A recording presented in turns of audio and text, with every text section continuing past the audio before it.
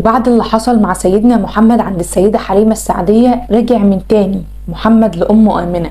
لو معرفتش ايه اللي حصل تقدر ترجع للحلقات اللي فاتت، اللينك بتاعها مثبت في اول كومنت. ويلا بينا. بعد ما رجع سيدنا محمد للسيدة آمنة آنس وحدتها، فضلت تتكلم معاه عن شمائل والده وعن قصة فدائه. وفي الفترة دي بذلت الأم العناية والرعاية الكاملة، وفعلا أتت الرعاية والعناية الكاملة ثمارها.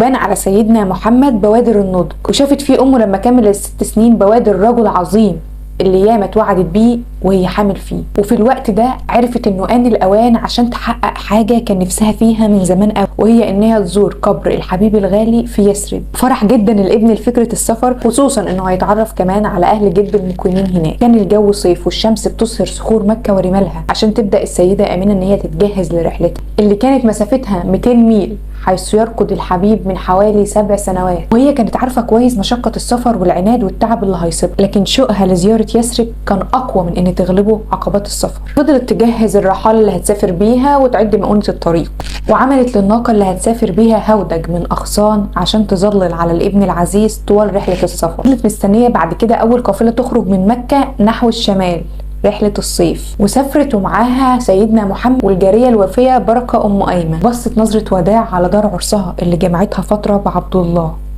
وراحت تطوف بالكعب. وبعد كده مشوا ناحية الشمال مع القافلة. بداية الركب كان بيسير ببطء كأنه يعز عليه إن هو يفارق معالم الديار، لحد ما اختفت معالم مكة، واسرع الركب في السير ساعتها، لحد ما خلاص الرحله كانت قربت على يثرب. ومعت السيده آمنة نفسها وفضلت تتكلم مع ابنها عن والده وعن شمائل تغريه انه يطلع معاها للمدينه البيضاء اللي بدات تنكشف من وراء جبل احد، لحد ما وصلوا. والركب سلم السيده آمنة وابنها وجاريتها في حمى بني النجار. مبقتش حتى تستقر، وخدت ابنها وراحت للبيت اللي مرض فيه ابوه، ومنه على القبر اللي دفن. وسابت ابنها لابناء اخواله اللي انطلقوا لملاعبهم وملاهيهم يلعب ويتعلم السباحه زيهم في مجاميع الميه اللي كانت موجوده في يثرب. لكن فضلت آمنة على قبر الحبيب تناجيه وتبكيه احيانا. فضلوا هناك شهر كامل طلعت فيه الحزن المكبوت بالدموع. وابنها اتمتع بالجو اللطيف وصحبة أبناء أخواله، ورجعوا تاني على مكة. ويظل ابن عبد الله ما عاش يتذكر رحلته مع أمه في صباه. كده تكون خلصت قصتنا النهاردة. استنونا بكرة في نفس الميعاد عشان تعرفوا ايه اللي هيحصل.